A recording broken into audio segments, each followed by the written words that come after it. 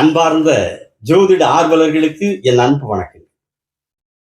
ஜோதிடத்தினுடைய உயிரான 144 விதிகள், 12 பாவக அதிபதிகளும் 12 பாவங்களிலே இருக்கிற ஜோதிடத்தின் உயிரான 144 விதிகளை நாம் தொடர்ந்து பார்த்து வருகிறோம். அந்த வகையில் இன்றைக்கு 6ஆம் அதிபதி 9ஆம் பாவத்தில் இருந்தால் என்கிற விதியை பார்ப்போமா? லக்னம் 1, அதுக்கடுத்து 2, அதுக்கடுத்து 3, அதுக்கடுத்து 4, அதுக்கடுத்து 5, அதுக்கடுத்து 6. அந்த 6ஆம் வீட்டுக்குரிய 6ஆம் பாவத்திற்குரிய கிரகம் அதிபதி 7 8 விட்டுருங்க, அது வரைக்கும் பார்த்துட்டு 9ஆம் பாவத்தில் இருந்தால் என்ன அந்த ஜாதகருக்கு பலன்கள் கிடைக்கும். ஒரு ஒண்ணு வந்துங்க, அந்த 9ஆம் பாவம் இருக்குது இல்லைங்களா, அதுதான் இருக்கிற 12 ராசி கட்டங்களிலே ஒரு மனிதனுக்கு மிகப்பெரிய உயர்வான தன்மைகளை, சிறந்த காரகத்துகளை தரக்கூடிய அமைப்பு 9. உயர்ந்த மிகப்பெரிய பாக்கியஸ்தானம் கூட. பாக்கியம், அதிர்ஷ்டம், நேர்மை, ஒழுக்கம், தான தர்மம், ஆன்மீகம், இறைவன், குரு, ஞானம், உபாசன தெய்வம், புண்ணியஸ்தலம், இவ்வளவு பெரிய ஒரு நல்ல அமைப்புகளை தரக்கூடிய ஒரு ஜாதகருக்கு நல்ல தன்மைகளை வைத்திருக்கக்கூடிய பாவம் 9. இந்த 6 இருக்குது. 6 வேலை ஒண்ண தவிர கடனு, நோய், எதிரி, வழக்கு, தண்டனை, தனிமை, விரக்தி, வெறுப்பு, திருமணத்தடை, திருமண பிரிவு, ஒரு மனிதனுடைய வாழ்க்கையில துன்பத்தை மட்டுமே, வேலையை தவிர துன்பத்தை தரக்கூடிய, மனதை அப்படியே எதுக்கடா இந்த வாழ்க்கைன்னு அப்படி துன்பத்தால் துடிக்கி வைக்கக்கூடிய தன்மைகளை தரக்கூடிய இந்த 6ஆம் அதிபதி. இந்த 6 போய் 9 உட்கார்ந்தா அந்த 9 என்ன கெதிக்கு ஆளாகுன்னு பார்த்துக்காங்க. நீங்களே ஒரு நல்லா அழகான வெண்ணிறை ஆடை, மல்லிகை பூவை போல அல்லது தும்பை பூவை போல என்று சொல்லுகிறார் அல்லவா, அப்படி பியூர் ஒயிட், நல்லா அப்படி படிச்சுன்னு வெண்மையான உடை உடுத்தி வெளியில் போறீங்க. இந்த சேத்துக்குள்ள நாய் படுத்து கிடக்கு பார்த்துருக்கீங்களா, டிச்சுக்குள்ள, சாக்கடைக்குள்ள, சுகமா அப்படி சொர்க்கமா அப்படி சொர்க்கத்தில் இருக்கிறவர் படுத்து கிடக்கு வெய்ய காலத்துல. அது இந்த வெய்ய காலத்துல பார்த்தீங்கன்னா அப்படி சொர்க்கத்தில் இருக்கிறமா அந்த நாய் படுத்து கிடக்கு சாக்கடைக்குள்ள. அந்த சேத்துக்குள்ள படுத்திருக்கிற நாய் எந்திரிச்சு வந்து நீங்க போகும்போது உங்களுக்கு கிராஸ் பண்ணி ஒரு ஆட்டு ஆடிச்சுருந்தீங்க, நீங்க போட்டிருக்கிற அந்த அழகான வெள்ளை ஆடை என்ன கெதிக்கு ஆளாகும். அப்படிப்பட்ட கெதிக்கு 6ஆம் அதிபதி 9 ரூபாய்க்கு வந்தா அந்த 9ஆம் பாவம் ஆளாயும் இல்லைங்களா. ஆனா ஒண்ணு, வேலை நல்ல வேலை கிடைக்கும், அது வெளிநாட்டு வேலையே கிடைக்கும். 6ஆம் அதிபதி 9 இருந்தா வெளிநாட்டு வேலை ஆகும். வெளிநாடுன்னா நீங்க ஜோதிடம் படைக்கப்பட்ட காலத்தில் இந்தியா இல்ல, இப்ப இந்தியா விட்டு வெளியே போனாதான் வெளிநாடு. ஆனா அந்த காலத்துல ஜோதிடம் படைக்கப்பட்ட காலத்துல இந்தியாங்கிற ஒரு நாடே இல்ல. பல நாடுகளை கிடந்துச்சு. வெள்ளக்காரன் வந்தா துப்பாக்கில எல்லாத்தையும் அடிமைப்படுத்தினா, அவன் நிர்வாகத்துக்கு எல்லா நாட்டையும் ஒன்னா சேர்ந்து ஒரு போர்டை மாட்டிட்டான் இந்தியான்னு. அப்படித்தான் இது இன்னைக்கும் சொல்லப்படுகிறது. பல நாடுகள் சேர்ந்த ஒரு கூட்டமைப்பான இந்திய துணைக்கண்டம், அது இன்னைக்கு நம்ம நாட்டுக்கு பேரு இல்லைங்களா. அப்போ வெள்ளக்காரன் வர்றதுக்கு முதல்ல இந்தியாங்கிற நாடு இல்ல. பம்பாய் ஆனாலும் சரி, பீகார் ஆனாலும் சரி, உத்தரப்பிரதேசம் ஆனாலும், டெல்லி ஆனாலும் சரி இல்லைங்களா, நம்முடைய சேர சோழ பாண்டிய நாட்டை தாண்டிட்டா அது பூராமே வெளிநாடு இல்லைங்களா. பம்பாய் வெளிநாடு தான், டெல்லி வெளிநாடு தான், உத்தரப்பிரதேசம் வெளிநாடு தான் வெள்ளக்காரன் வர்றதுக்கு முதல்ல. அப்போ 9ஆம் பாவத்தில் 6ஆம் அதிபதி உட்கார்ந்தா தொலைதூரத்தில் வேலை செய்கிற அமைப்பு. தொலைதூரத்துல நீண்ட தூரத்திற்கு அளவு இல்லை இல்லைங்களா. குறுகிய பயணம் 3, தொலைதூர பயணம் 9. உலகத்துல நீங்க எந்த மூலைக்கு போனாலும் அது நீண்ட தூரம் தான், தொலைதூரம் தான். நீங்க உலகத்துல எந்த மூலைக்கு வேலைக்கு போனாலும் அது வெளிநாட்டு வேலை, அந்த தொலைதூர வேலை, வெளிநாட்டு வேலை. இந்தியாவுக்கு வெளியில போனாலும் சரி, இந்தியாவுக்குள்ள இருந்தாலும் அன்னைக்கு ஜோதிடம் படைக்கப்பட்ட காலத்தின் அடிப்படையில் அது வெளிநாடு தான். இப்ப வெளி மாநிலம் இல்லைங்களா. இந்தியாவுக்கு வெளியான வெளிநாடு. அப்படி வெளிநாட்டு வேலை யோகத்தை 6ஆம் அதிபதி 9 என்கிற நீண்ட தூர, நெடுந்தூர, தொலைதூர பயணத்தை குறிக்கிற அந்த 9ஆம் பாவத்தில் இருக்கிற போது வெளிநாட்டு வேலை யோகம். அப்புறம் இன்னொன்னு, கோவில் அறக்கட்டளை இருக்கு இல்லைங்களா, அறக்கட்டளையில வேலை செய்யக்கூடிய வாய்ப்பு அமையும்.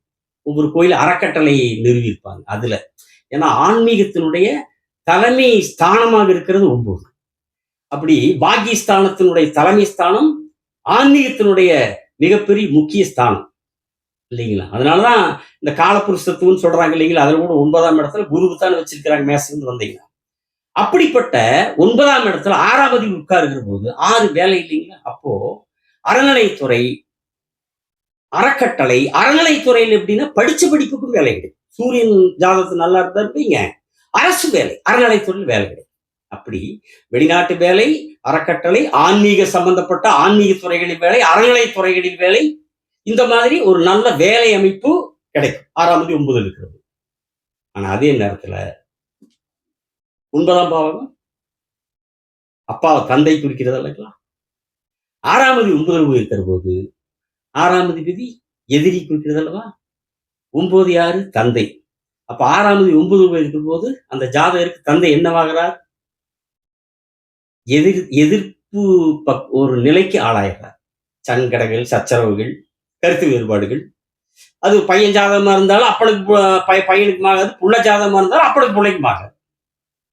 கருத்து முரண்பாடுகள், சங்கட சச்சரவு வந்து இல்லைங்களா? 6ஆம் தேதி 9 இருக்கிற போது தந்தையோடு கருத்து முரண்பாடு, தந்தையே பகைமைத்தன்மை உடையவராக இருக்கக்கூடிய நாம் நினைக்கக்கூடிய அளவுக்கு இந்த 6 அந்த வேலை பண்ணும். வெளிநாட்டு வேலையும் அறநிலைத்துறை வேலையும் மட்டும் கொடுக்க, இந்த வேலையும் பார்க்க. எந்த வேலை? அப்பனுக்கு பையனுக்கு, அப்பனுக்கு பிள்ளைக்கு சண்டை கட்டி விடுற வேலையை பண்ணி விட்டுரு இந்த 6ஆம் அதிபதி. ஏன்னா ஆண்டவன் அந்த வேலையை அவனுக்கு கொடுத்துருக்கிறான். அப்ப ஏன் அந்த வேலை நடக்குது? அது பூர்வ ஜென்மங்கிறது உனக்குள்ள போகணும் இல்லைங்களா? அப்போ இந்த 6, 9 இருக்கிற போது தந்தையோடு கருத்து முரண்பாடுகள் இல்லைங்களா? அப்பாவோட மட்டும் இல்ல, தந்தை ஸ்தானத்தில் இருக்கிற சமூகத்தில் உயர் அந்தஸ்து, சமூகத்துல மதிக்கத்தக்கவர்கள், ஒரு 4 பேர் கையெடுத்து வணங்கக்கூடிய அளவுக்கு சமூகத்தில் பெரிய மனுஷர் இருப்பாங்க பாத்தீங்களா? அவங்களோட அவங்க சண்டை சச்சரவு வந்து, சங்கடம் வந்து அவங்களே எதிரி ஆயிடுவாங்க. பண்ணி விட்டு இருந்த 6. ஏன்னா 9 அந்த மாதிரி ஒரு சமூகத்துல உயர்ந்தவர்களை குறிக்கிற பாவகம் 9. அப்ப இந்த சமூகத்தில் அவங்க இருக்கிற ஊருக்குள்ளேயோ அல்லது அந்த பகுதியிலேயோ அந்த மாவட்ட அளவிலேயோ அவங்களுடைய தொடர்பை பொறுத்து சமூகத்தில் மதிக்கத்தக்க உயர்ந்தவர்களோடு சங்கடங்கள் ஏற்படும், சச்சரவுகள் ஏற்படும், அவர்கள் பகையாவார்கள். அப்பாவோட சேர்ந்து உயர்ந்த பெரிய மனிதர்கள், குருவும் எந்த துறையில இருந்தா அவங்களுக்கு குரு இருப்பாங்கல்ல, அவங்களா குருவையும் எதிரியாக்கும். இந்த 6ஆம் தேதி 9 குருவை குறிக்கும் இல்லைங்களா? அதோடு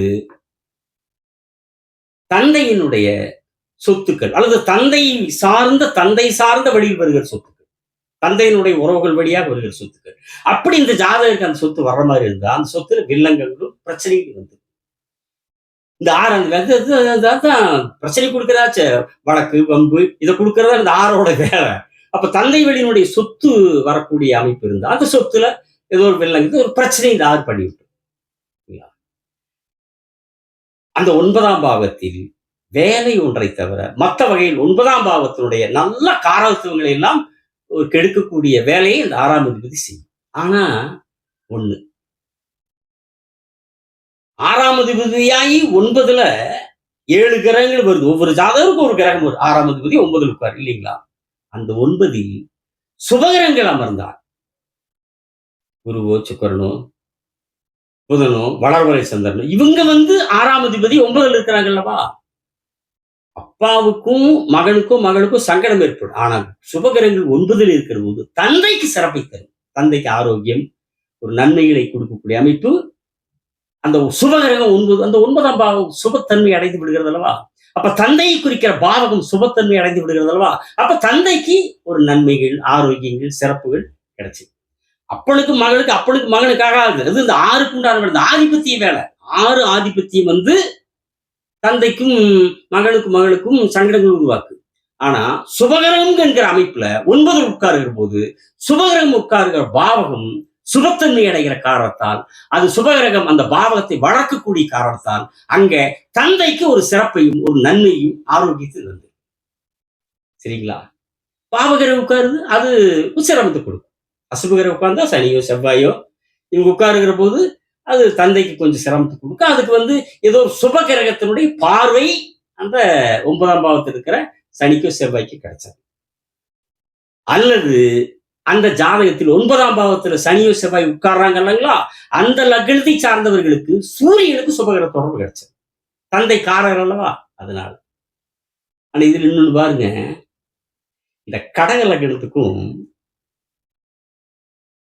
அது இந்த இடத்துல இன்னொரு பாயிண்ட் சொல்லிடுறேன். 9ல செவ்வாய் அசுபகிரகங்கள் சனி செவ்வாய் உட்கார்றாங்க. சூரியன் உட்காருவார்ல, அவர் உட்காரக்கூடாது. 9ல. இவங்களுக்கு சனியோ செவ்வாய் உட்காருகிற போது இவங்களுக்கு சுபகிரக தொடர்பு அல்லது சூரியனுக்கு கிடைச்சிட்டா ஓகே. ஆனா சூரியனே 9 உட்காருகிற போது சூரியனுக்கு கட்டாயமாக சுபகிரக தொடர்பு கிடைக்கும். ஏன்னா காரகத்தில் உட்காரக்கூடாது. அது காரகோபாவ நாஸ்தி ஆயிடும் இல்லைங்களா? அந்த காரகத்தில் உட்கார்ந்த காரகோபாவ நாஸ்தி என்கிற விதியின் கீழ் வந்துவிடும். அப்பொழுது 9க்கு காரகராகி தந்தைக்கு காரகராகி அந்த காரகஸ்தானாதிபதியான காரகரான சூரியனே அந்த காரகத்தில் உட்காருகிற போது தந்தைக்கு சரியாக இருக்காது. தந்தைக்கு சங்கடங்களையும் தந்தைக்கு ஆகாத பலன்களை கொடுக்கும். சரிங்களா? அப்ப அங்க சுபகிரக தொடர்பு கிடைக்கும். ஆனா கிடைச்சது. இவங்க கூடயே திரிவாங்களே இந்த புதனும் சுக்கிரனும். அதனால ஏதோ ஒரு வகையில சூரியன் சுபத்தன்மை கிடைச்சது. இங்க ஒரு குரு பார்த்துருவாரு இல்லைங்களா? ஆனா இன்னொன்னு பாருங்க, இதுல இந்த கடக லக்னத்துக்கும் மகர லக்னத்துக்கும் மிகப்பெரிய யோகம். இந்த 6ஆம் தேதி 9ல் இருந்தாலும் ஆனா மிகப்பெரிய யோகம். கடகத்துக்கு யாரு? 6 குரு, 9 அவர் வீடு ஆட்சி வீட்டு இருக்காரு. அற்புதமான யோக படம். அதே மாதிரி மகர லக்னத்துக்கு 6ஆம் தேதி புதன் இங்க 9ல அவர் வீட்டுல குரு ஆட்சி, இங்க உச்சம் ஜெயந்த ஆவார் புதன். அதனால மகர லக்னத்துக்கும் கடக லக்னத்துக்கும் அற்புதமான 6க்கு உண்டான வேலை கம்மியா தான் இருக்கும். அவங்க 9ல இருந்துறாங்கல்லவா, 9லயே தொடர்பு வச்சிருக்கிறாங்கல்லவா.